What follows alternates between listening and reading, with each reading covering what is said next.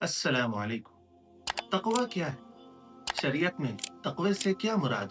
आइए इसको हदीस की रोशनी में समझने की कोशिश करते हैं। हज़रत अबू हुरैरा रज़ी अल्लाहु अन्हु से सवाल किया गया कि तक़वा क्या है? तो हज़रत अबू हुरैरा रज़ी अल्लाहु अन्हु ने उन सवाल करने वाले से पूछा कि आप कभी किसी खारदार, कांटेदार रास्ते से गुज़रे?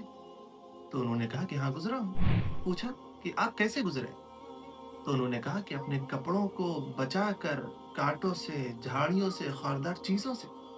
फरमाया कि इसी का नाम तक़वा है और तक़वे से यही शरीयत की मुराद है कि इंसान गलत कामों से बचने की मुकम्मल कोशिश करे। तक़वे का मतलब दुनिया छोड़ देना नहीं कि दुनिया को तर्क कर दिया जाए, गोशानशीनी इख्तियार कर। तक़वा है दुनिया में रहना और दुनिया की गलत चीज़ों से अपने आप को बचाना। इसको एक और मिसाल से इस तरह समझ सकते हैं कि इंसान जब बगैर चप्पलों के रोड पर चलता है, तो वो जिस तरह तकलीफ़देह चीज़ों से, नोकीले पत्थरों से अपने पाँव को और अपने पैर को बचाता है, इसी तरह दुनियावी ज़िंदगी में गलत चीज़ों से और बुरे कामों से अपने आप को बचाने का नाम तक़वा है।